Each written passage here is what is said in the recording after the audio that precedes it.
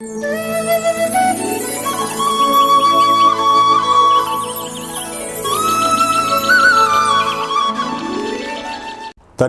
சுவிசேஷம், திருச்சபைக்கு சத்தியம். இந்த ரெண்டு நோக்கங்களோடு மன்னா மழை பெய்து கொண்டிருக்கிறது. மன்னா மழையில் சங்கீத செய்திகள் என்ற தலைப்பில் வரிசையாக 1வது சங்கீதத்திலிருந்து 150வது சங்கீதம் வரை நாம் வேதபாட ரீதியிலே படித்து தியானிக்க இருக்கிறோம். இந்த மன்னா மழை செய்திகளை நீங்கள் மகிமை டிவியிலே நீங்கள் காணலாம். ஒவ்வொரு சனிக்கிழமையும் ஒவ்வொரு ஞாயிற்றுக்கிழமையும் மாலை 5 மணிக்கு இந்த மன்னா மழை உங்களுடைய வீட்டிலே பெய்யும். எனவே நீங்கள் அந்த நேரத்தை ஆண்டவருடைய சமூகத்தில் காத்திருந்து பயன்படுத்தி கொள்ளுமாறு உங்களை கேட்டுக்கொள்கிறோம். உங்களுடைய கேள்விகள், உங்களுடைய கருத்துக்கள், உங்களுடைய ஜெப குறிப்புகள் அனைத்தையும் வர இருக்கக்கூடிய இமெயில் முகவரியிலே, டெலிஃபோன் நம்பர்களிலே நீங்கள் வாட்ஸ்அப்பாக செய்தியாக எங்களிடத்தில் நீங்கள் பகிர்ந்து கொள்ளலாம். இந்த செய்திகளை உங்களுடைய நண்பர்களுக்கு ஷேர் பண்ணுங்கள், பகிர்ந்தளியுங்கள். வாட்ஸ்அப் மூலமாக, ஃபேஸ்புக் மூலமாக பகிர்ந்தளித்து அவர்களுக்கும் நீங்கள் பிரயோஜனம் உள்ளவர்களாக நீங்கள் வாழுங்கள். இந்த செய்திகளை உங்கள் மத்தியிலே கொடுத்து கொண்டிருக்கும் பொழுது உங்கள் கையிலே கட்டாயமாக வேத புத்தகம் இருக்க வேண்டும். மன்னா மழை என்ற சேனல் வந்த உடனேயே உங்கள் வேதாகமத்தை உங்கள் கையிலே வைத்து அந்த செய்திகளை கொடுக்க கொடுக்க வேதத்தில் இருக்கக்கூடிய வசனங்களை நீங்கள் பாருங்கள். ஆண்டவர் உங்களை ஆசீர்வதிப்பாராக. ஆமென். மன்னா மழையில் நனைய மறுபடியும் உங்களை மனமகிழ்ச்சியுடன் வரவேற்கிறேன். சங்கீத செய்திகள் என்ற தலைப்பெடுத்து சங்கீத புஸ்தகத்திலிருந்து தொடர்பாக ஒவ்வொரு சங்கீதமாக நாம் படித்து தியானித்து வருகிறோம். இதுவரை 38 சங்கீதங்களை நாம் முடித்திருக்கிறோம். இந்த சங்கீத செய்திகளின் தொகுப்பு யூடியூப்பில் உண்டு. அது மட்டுமின்றி mahimaiTV.com என்ற வெப்சைட்டிலும் உண்டு. ஏதாவது சங்கீதத்தை நீங்கள் தவற விட்டிருந்தால் இந்த வெப்சைட்டிலோ அல்லது யூடியூப்பிலோ போய் நீங்கள் பார்த்து பயனடைமாறு கேட்டுக்கொள்கிறேன். இந்த சங்கீத செய்திகள் எப்படி இன்டர்நெட்டில் கொடுக்கப்பட்டிருப்பதை நீங்கள் உங்களுடைய நண்பர்களிடத்தில், உறவினர்களிடத்தில் சொல்லி அவர்களும் இவற்றை பார்த்து கேட்டு பயனடைய நீங்கள் கர்த்தருடைய ஊழியக்காரர்களாக விளங்குங்கள். ஆண்டவர் உங்களை ஆசீர்வதிப்பாராக. ஆமென். 39ஆம் சங்கீதம் எடுத்துக்கொள்ளுங்கள். கையில் வேதம் இல்லாதவர்கள் வேத புத்தகத்தை தயவு செய்து எடுத்துக்கொள்ளுங்கள். இந்த சங்கீதத்திலிருந்து இன்றைய நாள் செய்தியை நாம் படித்து தியானிக்க இருக்கிறோம். 39ஆம் சங்கீதத்தை குறித்த வேதத்தில் வாசிக்கும் பொழுது, எதுதூன் இடத்தில் ஒப்புவித்த தாவீதின் சங்கீதம் என்று பிராக்கெட்டில் அடைப்புக்குறிக்குள்ளே நாம் காண்கிறோம். எதுதூன், இந்த மனிதன், இது ஒரு மனிதன். எதுதூன் என்பவர் ஒரு மனிதன். இவர் தாவீது பாடகர் குழுவாக நியமித்த சில பாடக தலைவர்கள், ராகத் தலைவர்கள், ஆசாப், ஏமான், ஏத்தான் என்று வாசிக்கிறோம். 2 நாளாகமம் 35ஆம் அதிகாரம் 15ஆம் வசனத்தில் இப்படிப்பட்ட 3 பெரும் தலைவர்கள், பாடகர் குழு தலைவர்கள், இசை வல்லுநர்கள், அவர்களிலே ஒருவர் ஏத்தான். அந்த ஏத்தான் என்ற பெயர் தான் எதுதூன் என்று இங்கே சொல்லப்பட்டிருக்கிறது. ராகத் தலைவன், அதாவது பாடகர் குழு தலைவன். இவர் தான் இந்த பாடல் பாடுவதற்கு பொறுப்பாளர். இதற்குரிய ராகமெல்லாம் அமைத்து ஆலயத்தில் பாடுவதற்கு ஆண்டவரால் நியமிக்கப்பட்டவர். தாவீதின் மூலமாக அந்த நியமனத்தை பெற்று ஆராதனைக்கு ஆசீர்வாதமாக விளங்கியவர்.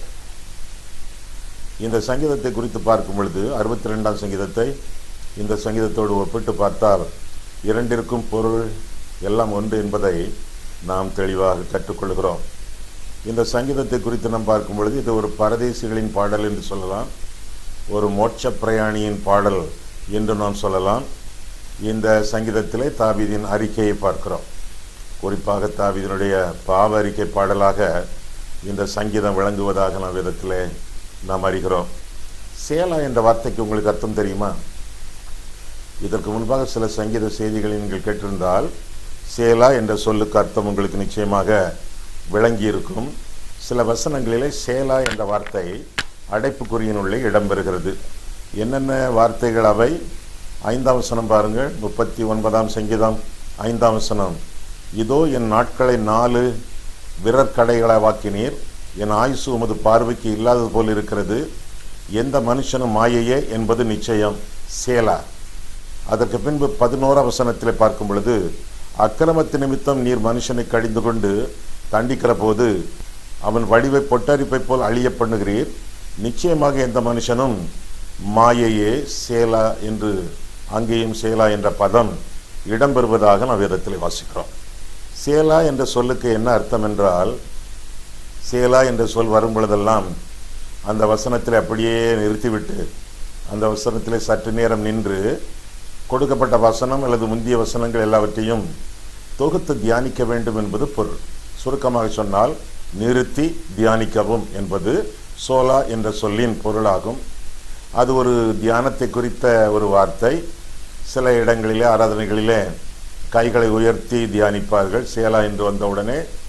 சிலர் அந்த சேலா என்ற பதத்தை பார்த்தவுடனே மீண்டுமாக வாசித்த வசனங்களை மீண்டும் ஒரு முறை சொல்வார்கள், ரிப்பீட் பண்ணுவார்கள். இன்னும் சில இடங்களில் இந்த சேலா என்ற வார்த்தை வரும் பொழுது பாடல்களை உயர்த்தி பாடுவார்கள், சில இடங்களிலே தாழ்த்தி பாடுவார்கள்.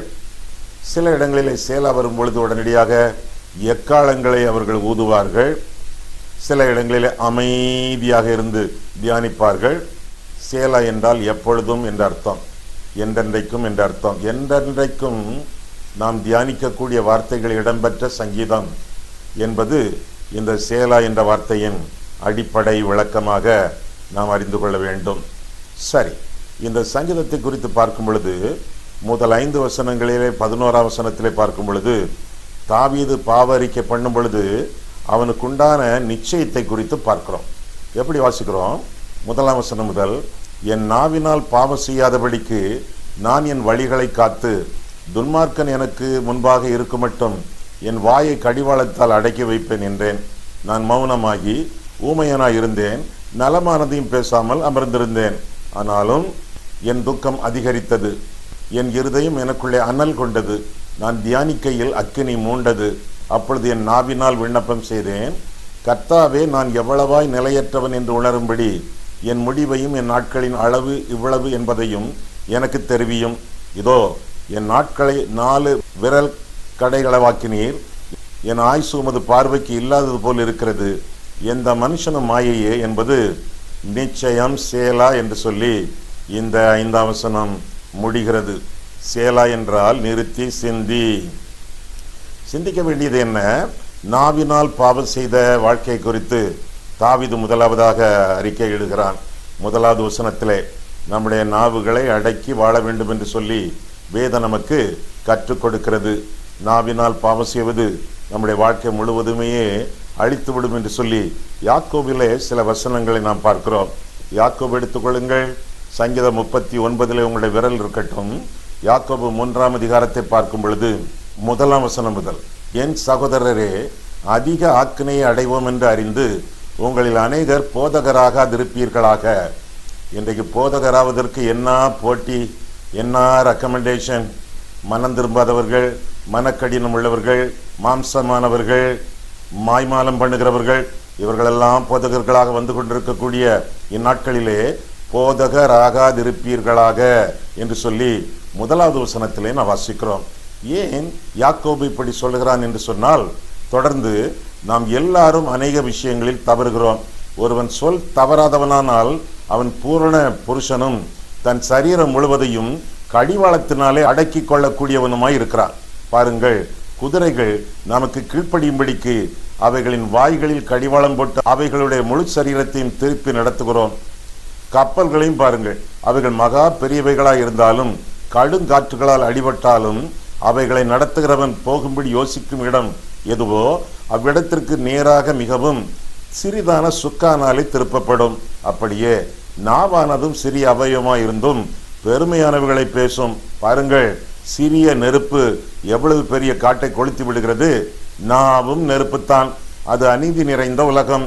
நம்முடைய அவயவங்களில் நாவானது முழு சரீரத்தையும் கரைப்படுத்தி ஆயுள் சக்கரத்தை கொளுத்தி விடுகிறதாயும் நரக அக்கினியில் கொளுத்தப்படுகிறதாயும் இருக்கிறது என்று சொல்லி நாவடக்கத்தை குறித்து தொடர்பாக யாக்கோபு தெரிவிப்பதாக பார்க்கிறோம். ஆக 1வது வசனத்திலே போதகர்களை பற்றி பார்க்கிறோமே. திருச்சபையிலே போதகர்களாக இருக்கக்கூடியவர்கள், பல இடங்களிலே மாநாடுகளிலே, கருத்தரங்குகளிலே, தெருக்கூட்டங்களிலே, பல இடங்களிலே போதிக்கக்கூடியவர்கள் முதலாவதாக ஆண்டவருக்கு தங்களை ஒப்பு கொடுத்தவர்களாக இருக்க வேண்டும், ரட்சிக்கப்பட்டிருக்க வேண்டும். துன்மார்க்கனே, என் நியாயப்பிரமாணத்தை எடுத்துரைக்க உனக்கு என்ன நியாயம் உண்டு என்று சொல்லி சங்கீதக்காரன் சொல்வதாக 50ஆம் சங்கீதம் 16ஆம் வசனத்திலே பார்க்கிறோம். ஆக ரட்சிப்பின் அனுபவம், பாவத்திலிருந்து மனம் திரும்பி ஆண்டவரை இரட்சகராக ஏற்றுக்கொண்டு பரிசுத்தமாக வாழக்கூடிய ஒரு அனுபவம் ஒரு போதகருடைய அனுபவமாக இருக்க வேண்டும். இரண்டாவதாக புறங்கூறாமல் புரளி பேசாமல் நாவை அடக்கி வாழ்கிறவராக இருக்க வேண்டும். மூன்றாவதாக மந்தைக்கு அவர் மாதிரியாக இருக்க வேண்டும். பாதிரி மந்தைக்கு மாதிரி என்ற பழமொழிய மனதில் நினைவு கூர்ந்து மாதிரிகளாக ஜீவிக்க வேண்டும்.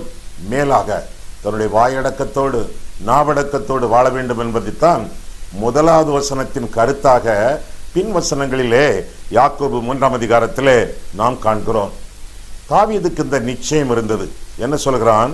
என் நாவினால் நான் பாவம் செய்யாமல் அதை நான் அடக்கி வாழ்கிறேன். இரண்டாவதாக என் நாவினாலே என் மௌனத்தை காக்கிறேன் என்று சொல்லி 2ஆம் வசனத்திலே நான் வாசிக்கிறோம். என்னுடைய துக்கம் பெரியது, எனவே நான் தியானத்திலே மூழ்குகிறேன். பாவத்திலிருந்து விடுபட்டாலும் என்னுடைய துக்கம் நான் செய்த பாவங்களினாலே என் இருதயத்தை வாட்டுகிறது.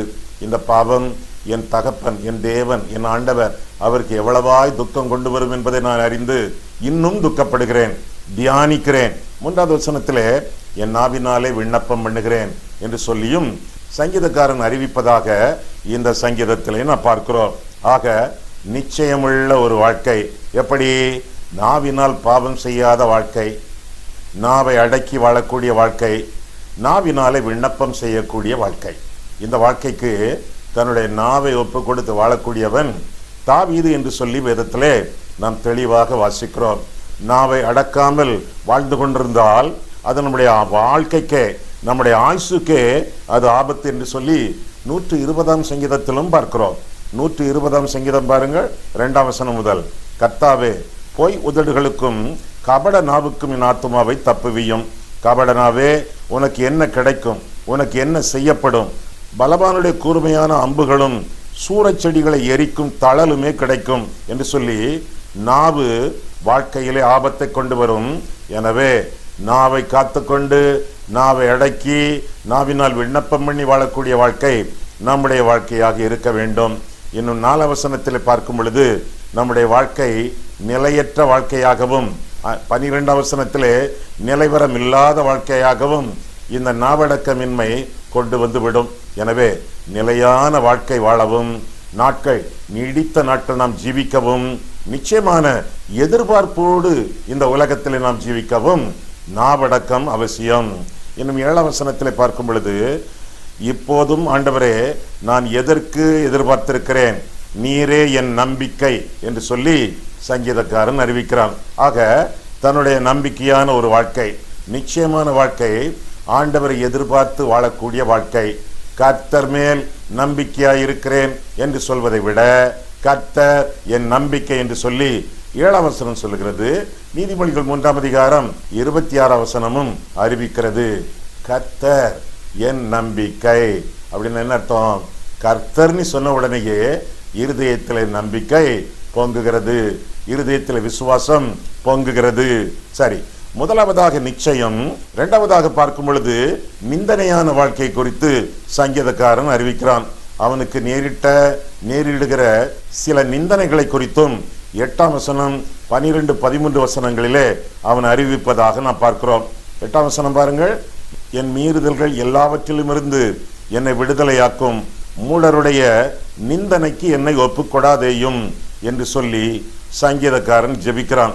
அது மட்டுமல்ல, தொடர்ந்து நாம் பார்க்கும் பொழுது இந்த சங்கீதத்திலே இந்த நிந்தனையை குறித்து அவன் பட்டியலிடும் பொழுது 12, 13 வசனங்களிலே நாம் பார்க்கிறோம், கர்த்தாவே, என் ஜெபத்தை கேட்டு என் கூப்பிடுதலுக்கு செவி கொடும், என் கண்ணீருக்கு மௌனமாய் இராதேயும், என் பிதாக்கள் எல்லாரையும் போல நானும் உமக்கு முன்பாக அந்நியனும் பரதேசியுமாய் இருக்கிறேன், நான் இனி இராமற் போகும் முன்னே தேர்தலையும்படி என்னிடத்தில் பொறுமையாயிரும் என்று சொல்வதாக வேதத்திலே வாசிக்கிறோம்.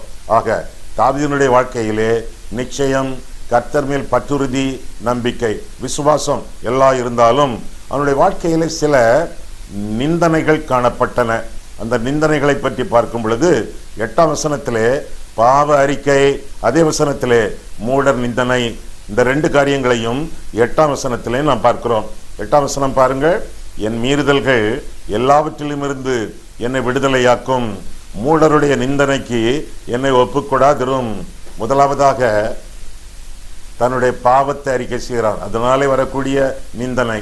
இரண்டாவதாக மூடர்கள் அவனை தூஷிப்பது, அந்த நிந்தனையையும் அறிவிப்பதாக நாம் பார்க்கிறோம். அதை முன்னிட்டு தேவ சமூகத்திலே மௌனமாயிருந்து தன்னுடைய வாழ்க்கை ஆராய்ந்து பார்ப்பதாக 12ஆம் வசனத்திலே நாம் பார்க்கிறோம். இந்த சூழ்நிலையிலே கர்த்தருடைய சமூகத்திலே நாம் செய்ய வேண்டியது என்ன தெரியுமா? நம்முடைய வாழ்க்கை நிச்சயத்தோடு நாம் ஆரம்பித்தோம், கர்த்தருக்குள்ளான நிச்சயத்தோடு, ரட்சிப்பு நிச்சயத்தோடு நாம் ஆரம்பித்தோம். ஆனாலும் சில வேளைகளிலே நிந்தனைகள் நம்மை சூழ்ந்து கொண்டிருக்கின்றன. எப்படி? என்னதான் ரட்சிக்கப்பட்டாலும் அடிக்கடி பாவத்தில் விழுந்து விடுகிறோம். சில பாவ பழக்க வழக்கங்கள் நம்மை தொற்றி விடுகின்றன. அவற்றையெல்லாம் அறிக்கை செய்து விட்டு விட்டு வாழ வேண்டியது நம்முடைய கடமை என்றுதான் நாம் இந்த 8ஆம் வசனத்திலே நாம் வாசிக்கிறோம். ஆமா, நிந்தனைகள் உங்களை சூழ்ந்து இருக்கும் பொழுது ஆண்டவருடைய சமூகத்திலே பாவ அறிக்கை செய்து நீங்கள் வாழ்ந்து கொண்டிருக்கிறீர்களா? பாவத்தை அடக்கி அடக்கி அடக்கி வைத்த மட்டும் சாரம் உஷ்ணகால வறட்சி போல வறண்டு போயிற்று என்று சொல்லி 32ஆம் சங்கீதத்திலே சங்கீதக்காரன் தாவீது அறிவிப்பதாக பார்க்கிறோம். பாவங்களை அடக்கி வைக்காமல் அறிக்கை செய்து விட்டு விடுகிறவர்கள் வாழ்வடைவார்கள், பாக்கியவான்கள் என்று சொல்லி வேதம் நமக்கு கற்றுக் கொடுக்கிறது. அது மட்டுமல்ல, மூடர்களுடைய நிந்தனை, நிந்திக்கிறவர்கள் மூடர்கள் என்று சொல்லி வேதத்தில் நான் வாசிக்கிறோம். மற்றவர்கள் நம்மை நிந்தித்தால் அவர்கள் மூடர்கள், நம்ம யாரையாவது நிந்தித்து கொண்டிருந்தால் நாமும் மூடர்கள். மூடர்களுடைய நிந்தனையும் நமக்கு தேவை. இந்த மூடத்தனத்தையும் நம்முடைய வாழ்க்கையை விட்டு நாம் அகற்றி ஆண்டவருடைய சமூகத்திலே அமர்ந்திருந்து அவரே தேவன் என்று கற்றுக்கொண்டு அமைதியாக வாழ வேண்டியது நம்முடைய கடமை என்று சொல்லி நாம் வேதத்திலே வாசிக்கிறோம். ரட்சிப்பின் நிச்சயம் உள்ளவர்களே, உங்களுடைய வாழ்க்கையிலே பாவத்தினாலே நிந்தனைகள் வரும் என்றால், மூடர்களால் நிந்தனைகள் வரும் என்றால் அமைதியாக இருங்கள். 46ஆம் சங்கீதம் அதைத்தான் சொல்கிறது. நீங்கள் அமர்ந்திருந்து நானே தேவன் என்று அறிந்து கொள்ளுங்கள். ஜாதிகளுக்குள் உயர்ந்திருப்பேன், பூமியிலே உயர்ந்திருப்பேன். உயர்ந்த கர்த்தர், அவருடைய பாதபடியிலே வாழக்கூடிய நாம் அவரை நோக்கி பார்த்து பிழைத்து பிரகாசமடைந்து அவருக்குள்ளாக மன நிம்மதியோடு நாம் வாழ வேண்டும் என்றால் பாவங்களை அறிக்கை செய்து மூடர்களுடைய நிந்தனைகளை பொருட்படுத்தாமல் கர்த்தருடைய சமூகத்திலே அமர்ந்திருந்து கற்றுக்கொள்ள வேண்டியது, கற்றுக்கொண்டதை கடைபிடிக்க வேண்டியது நம்முடைய கடமை என்று சொல்லியும் இந்த சங்கீதம் நமக்கு அறிவிக்கிறது. மூன்றாவதாக பார்க்கும் பொழுது இன்னொரு வார்த்தையையும் இந்த சங்கீதத்திலே நான் பார்க்கிறோம். 7ஆம் வசனத்திலே 7ஆம் வசனம் முதல் 13ஆம் வசனம் வரை பார்க்கும் பொழுது நம்பிக்கையை காண்கிறோம். 7ஆம் வசனம் மீண்டும், இப்போதும் ஆண்டவரே நான் எதற்கு எதிர்பார்த்திருக்கிறேன்? நீரே என் நம்பிக்கை. நான் எதிர்பார்ப்பது ஒன்றே ஒன்றுதான், அது நீர், ஆண்டவராகிய தெய்வம் இயேசு கிறிஸ்து. நீர் மட்டுமே என்னுடைய நம்பிக்கை என்பதனாலே எதை குறித்தும் நான் கவலைப்படாமல் உம்மையே நான் நோக்கி பார்த்து வாழ்கிறேன் என்று சொல்லி சங்கீதக்காரன் இறுதியிலே விளக்குவதாக நாம் பார்க்கிறோம். எந்த ஒரு கெட்ட சூழ்நிலை, எந்த ஒரு கெட்ட தோழர்கள் அல்லது விரோதிகள் அல்லது வியாதிகள் ஏது வந்தாலும் சரி, கர்த்தர் என் நம்பிக்கை. என்னுடைய எலும்பு, நரம்பு, மாம்சம், இரத்தம், என்னுடைய வருங்காலம், என்னுடைய வருமானம், என்னுடைய மனைவி, என்னுடைய கணவன், என்னுடைய பிள்ளைகள், எனக்குண்டான எல்லாம் ஆண்டவருக்கு சொந்தம். அவற்றையெல்லாம் என்னுடைய வாழ்க்கையில அனுபவிக்க, பயன்படுத்த ஆண்டவர் இரவலாக தந்திருக்கிறார். அவையெல்லாம் ஆண்டவருக்கு உரிமையானவை, உரிமையானவர்கள். எனவே அவற்றையெல்லாம் ஆண்டவருடைய கரங்களிலே ஒப்புக் கொடுத்து ஆண்டவருடைய சமூகத்திலே மௌனமாக அமைதியாக வாழ வேண்டியது நம்முடைய கடமை. காரணம், கர்த்தர் என்னுடைய நம்பிக்கை. இந்த நம்பிக்கையினாலே நமக்கு விளையக்கூடிய நன்மைகள் யாவை என்று சொல்லி பார்க்கும் பொழுது 8ஆம் வசனத்திலே மன்னிப்பு, பாவ மன்னிப்பு நமக்கு கிடைக்கிறது. ஆண்டவரை நம்பி அவரை இரட்சகராக ஏற்றுக்கொள்ளும் பொழுது பாவ மன்னிப்பு நமக்கு கிடைக்கிறது. சிலுவையிலே ஆண்டவர் நமக்கு வேண்டிய ரட்சிப்பை முடித்து வைத்தார். நம்முடைய பாவங்களை எல்லாம் அன்றைக்கே இயேசு கிறிஸ்து சிலுவையிலே மன்னித்து விட்டார். அந்த மன்னிப்பு உங்களுக்கு சொந்தமாக கிடைத்திருக்கிறதா? பரிசுத்தாவியானவர் அந்த மன்னிப்பை உங்களுக்கு சொந்தமாக்கி தந்திருக்கிறாரா? ஒரு விபரம் என்னவென்றால், கிறிஸ்துவுக்குள் தேவன் அருளும் மன்னிப்பு எல்லாருக்கும் பொதுவானது, ஆனால் எல்லாருக்கும் பொருந்தாது. பிதாவே இவர்களுக்கு மன்னியும், தாங்கள் செய்கிறது என்னதென்று அறியாதிருக்கிறார்களே என்று ஆண்டவர் சொன்னார். மனம் திரும்பிய கள்ளனுக்கு அது பொருந்தியது. மனம் திரும்பாத கள்ளன், அவனுக்கு அந்த மன்னிப்பு பொருந்தவே இல்லை. அவனிடத்தில் ஆண்டவர் பேசவே இல்லையே.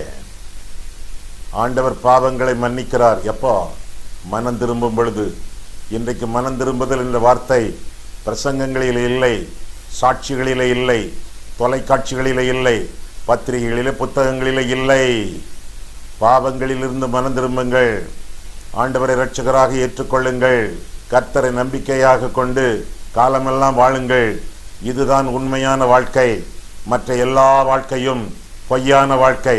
ஒரே நம்பிக்கை, பாவ மன்னிப்பை பெற்று கிறிஸ்துவிலே நிலைத்திருந்து பரிசுத்தமாக வாழக்கூடிய வாழ்க்கை நம்பிக்கையின் வாழ்க்கை. நாளைய தினத்தை பற்றி கவலைப்படாத வாழ்க்கை. காரணம், கர்த்தர் நம்மை கரம் பற்றி இருக்கிறார். அந்த கரத்தை நாம பற்றி கொண்டு அவரோடு நடந்து நல்வாழ்வு வாழ வேண்டியது நம்முடைய கடமை. ஆக 8ஆம் வசனத்திலே மன்னிப்பு, 9வது வசனத்திலே தாழ்மை, அடக்கம். அடக்கத்தோடு நான் வாழ வேண்டியது நம்முடைய கடமை. ஆமா, உங்களை பற்றி நீங்க என்ன நினைச்சுக்கிட்டு இருக்கீங்க? நீங்க ஒரு பட்டதாரியா, பணக்காரரா? பலருடைய பழக்க வழக்கம் உங்களுக்கு உண்டா? ஒரு படைக்கே நீங்கள் தலைவரா? பகுத்தறிவாதியா?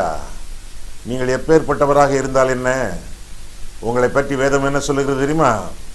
சுத்தமான தமிழ், நீங்கள் நான் மண்ணாங்கட்டி என்று சொல்லுகிறது. நாம் மண் என்று நினைவு கூறுகிறார் என்று சொல்லி 103ஆம் சங்கீதம் 14ஆம் வசனத்திலே வாசிக்கிறோம். எண்ணுவதற்கு நம்மிடத்திலே எதுவுமே இல்லை. ஒருவன் தான் ஒன்றுமில்லாதிருந்தும் தன்னை ஒரு பொருட்டென்று எண்ணினால் அவன் தன்னைத்தான் வஞ்சிக்கிறவனாயிருப்பான் என்று சொல்லி வேதம் சொல்லுகிறது.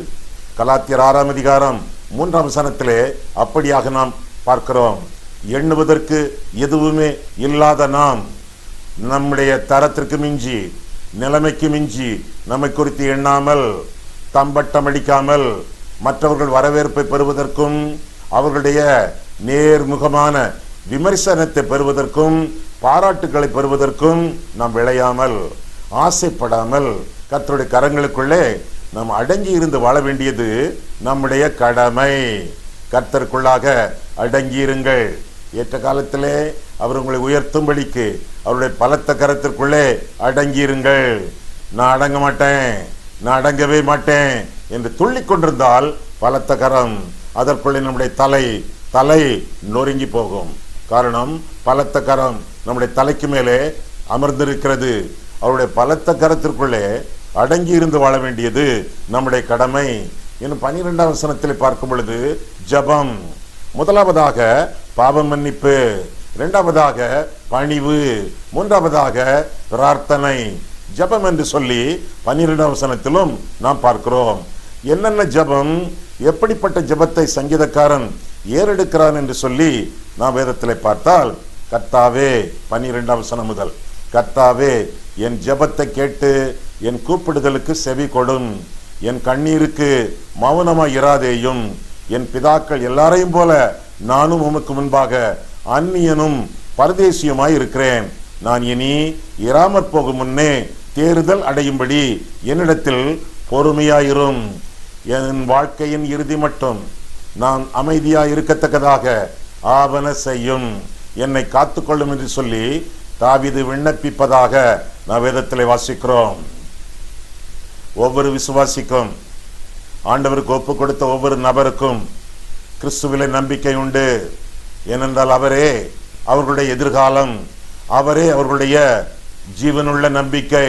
எனவே வாழ்க்கையிலே சோர்ந்து போக வேண்டாம். இவ்வளவுதானா வாழ்க்கை என்று சொல்லி உங்களுடைய வாழ்க்கையை முடித்துக் கொள்ள வேண்டாம். ஆண்டவரை விட்டு விலகிவிட வேண்டாம். உங்களிடத்தில் ஆண்டவர் இன்னும் காரியங்களை முடிக்கவில்லை. உங்கள் மூலமாக ஆண்டவர் இன்னும் பெரிய காரியங்களை, பல காரியங்களை செய்ய போகிறார். இன்னும் உயிரோடு நீங்கள் இருக்கிறீர்கள் என்றால் ஆண்டவர் உங்களை நம்புகிறார். உங்கள் மூலமாக தாம் இன்னும் அதிக மகிழ்ச்சி அடைய விரும்புகிறார். நீங்கள் உயிரோடு இருக்கிறீர்கள் என்றால் கர்த்தர் உங்களை இன்னும் நம்புகிறார் என்பது பொருளாகும். உங்கள் மேல் நம்பிக்கை வைத்திருக்கிற ஆண்டவரை நீங்கள் நம்ப வேண்டாமா? அவர் மேல் நம்பிக்கை வைத்து உங்களுக்கு தேவையான காரியங்களை ஆண்டவருடைய சமூகத்தில் சொல்லி விண்ணப்பங்களை ஏறிடுங்கள். தாவீதின் விண்ணப்பங்கள் என்ன? முதலாவதாக 12ஆம் வசனத்திலே செவி கொடும். அடுத்தவர் போல அதே வசனத்திலே பொறுமையாயிரும். 2 காரியங்களை தாவீது விண்ணப்பிப்பதாக நாம் வேதத்திலே வாசிக்கிறோம். ஆண்டவர் செவி கொடுக்கிறார். நம்முடைய சொற்கள், நம்முடைய ஜெபத்தின் வார்த்தைகள் நம்முடைய நாவிலை பெறுவதற்கு முன்பே ஆண்டவர் அவற்றை அறிந்திருக்கிறார். செவி கொடுக்கக்கூடிய தெய்வம், அது மட்டுமல்ல பொறுமையா இருக்கக்கூடிய தெய்வம். ஒவ்வொரு ஜெபத்திற்கும் ஆண்டவர் பலன் கொடுக்கிறார். எனவே கர்த்தரிடத்தில் விவாதிக்க வேண்டாம், கர்த்தருக்கு எதிர்த்து நிற்க வேண்டாம், கலகம் பண்ண வேண்டாம், விரோதத்தை காட்ட வேண்டாம், முறுமுறுக்க வேண்டாம். அது மட்டுமின்றி ஆண்டவரிடத்தில் சாக்கு போக்குகள் சொல்லி ஒதுங்கி விட வேண்டாம். இதெல்லாம் என்னால் முடியாது என்று சொல்லி நீங்கள் ஆண்டவரை விட்டு நீங்கிவிட வேண்டாம். ஏனென்றால் ஜீவனுள்ள நம்பிக்கையை ஆண்டவர் உங்களுக்கு தந்திருக்கிறார். அந்த நம்பிக்கை திருமறையின் அடிப்படையில் ஆனது. ஆண்டவருடைய வசனத்தை நீங்கள் படிக்க படிக்க, தியானிக்க தியானிக்க அந்த நம்பிக்கை ஆற்று வெள்ளம் போல கரை புரண்டு உங்களுடைய இருதயத்திலே ஓடும். எனவே அந்த நம்பிக்கையின் தெய்வம் நமக்கு நம்பிக்கை தரக்கூடியவர். அவரை பற்றி பிடித்து அவருக்காக வாழ வேண்டியது உங்களுடைய கடமையாகும். ஆண்டவரே, என்னுடைய வாழ்க்கையை தொடர்ந்து உங்களுடைய நாமத்தின் மகிமைக்காகவும் உங்களுடைய இருதயத்தின் சந்தோஷத்திற்காகவும் விளங்குவதாக என்று சொல்லி மீண்டும் ஒரு முறை ஆண்டவருக்கு உங்களுடைய வாழ்க்கையை அர்ப்பணியுங்கள். நிச்சயம் உள்ளவர்கள், ஆண்டவருக்குள்ளான ரட்சிப்பின் நிச்சயம் உள்ளவர்கள், அவர்களை நிந்தனைகள் சூழ்ந்தால், பாவங்கள் சூழ்ந்தால் அல்லது பாவிகள் சூழ்ந்தால் நம்பிக்கையோடு வாழுங்கள். ஆண்டவருக்கு உங்களுடைய பாவங்களை அறிக்கை செய்யுங்கள், அவற்றை விட்டுவிடுங்கள், அடக்கத்தோடு வாழுங்கள். அது மட்டுமல்ல, ஜெபம் செய்யுங்கள். அந்த விண்ணப்பத்திற்கு ஆண்டவர் செவி கொடுப்பார், பொறுமையோடு இருப்பார், உடனடியாக பதில் அளிப்பார், அல்லது கொஞ்ச நாள் கழித்து பதில் அளிப்பார், அல்லது அவருக்கு சித்தமான வேளையிலே பதில் அளிப்பார். எனவே உங்களுடைய வாழ்க்கை இழந்து போகாமல் ஆண்டவருக்கு ஒப்பு கொடுத்து கர்த்தரை நோக்கி காத்திருங்கள். அவரை நோக்கி பார்க்கிறவர்கள் பிழைப்பார்கள், பிரகாசம் அடைவார்கள் என்று சொல்லி வேதத்திலே நான் வாசிக்கிறோம். மீண்டும் சொல்லுகிறேன், நீங்கள் இன்னும் உயிரோடு இருக்கிறீர்கள் என்றால், இன்னமும் ஆண்டவர் உங்களை உயிரோடு வைத்திருக்கிறார் என்றால், கர்த்தர் உங்களை நம்புகிறார். எதற்காக? இன்னும் அவருக்கு மகிமை, இன்னும் அவருக்கு மகிழ்ச்சி உங்கள் மூலமாக உண்டாக வேண்டும் என்று கருதி உங்களை நம்பி ஆண்டவர் ஜீவனோடு வைத்திருக்கிறார். அவருடைய நம்பிக்கையின் பாத்திரமாக, அவருடைய அன்புக்கு பாத்திரவான்களாக நடந்து கொண்ட கர்த்தாவே, நான் உம்மை நம்புகிறேன், நம்பி என்னுடைய வாழ்க்கையை மீண்டும் உமக்கு கையளிக்கிறேன் என்று சொல்லி ஆண்டவருக்கு ஒப்பு கொடுத்து வாழ்ந்தால் உங்களுடைய வாழ்க்கை அவருக்கு ஆனந்தத்தையும் உங்களுக்கு ஆசீர்வாதத்தையும் கொண்டு வரும். கண்களை மூடுவோம், கர்த்தரை பார்ப்போம். அன்புள்ள ஆண்டவரே, உங்களுடைய வசனங்களை ஆராயவும், எங்கள் வாழ்க்கையை ஆராயவும் உங்களுடைய சமூகத்தில் எங்களை அழைத்து வந்தீர். அதற்காக ஸ்தோத்திரம் சுவாமி. இந்த செய்தியை நாங்கள் உற்று கேட்க, தரித்திருந்து கவனிக்க, பொறுமையோடு செய்தியின் சாரங்களை அறிந்து கொள்ள ஆண்டவரே எங்களுக்கு உதவி கொடுத்தீர். அதற்காக ஸ்தோத்திரம் சுவாமி. எங்களுடைய வாழ்க்கையிலே ரட்சிப்பின் நிச்சயத்தோடு நாங்கள் ஜீவிக்கவும், எந்த நிந்தனைகள் வந்தாலும் கர்த்தரை நாங்கள் நம்பி அவரிடத்திலே எங்களுடைய வாழ்க்கையை கையளித்து ஆண்டவருடைய சேவை சாய்த்தலுக்கும் பொறுமைக்கும் தரித்திருந்து நலமான நன்மைகளை, தேவனுக்கு சித்தமான நன்மைகளை நாங்கள் பெற்றுக்கொண்டு உம்முடைய நாமத்தை துதித்து வாழ ஆண்டவரே கிருபை செய்யும். ஜீவனோடு எங்களை வைத்திருக்கிறீர் சுவாமி. இன்னும் பெரிய காரியங்களை, உமக்கு சித்தமான காரியங்களை செய்ய இருக்கிறீர். அதற்காக ஆண்டவரே எங்களை பூரணமாக உமக்கு ஒப்பு கொடுத்து உம்முடைய சித்தத்தின் நடுவில் நாங்கள் ஜீவிக்க எங்களுக்கு உதவி செய்யும். இயேசு கிறிஸ்துவின் நாமத்தில் ஜெபிக்கிறோம் பிதாவே, ஆமென்.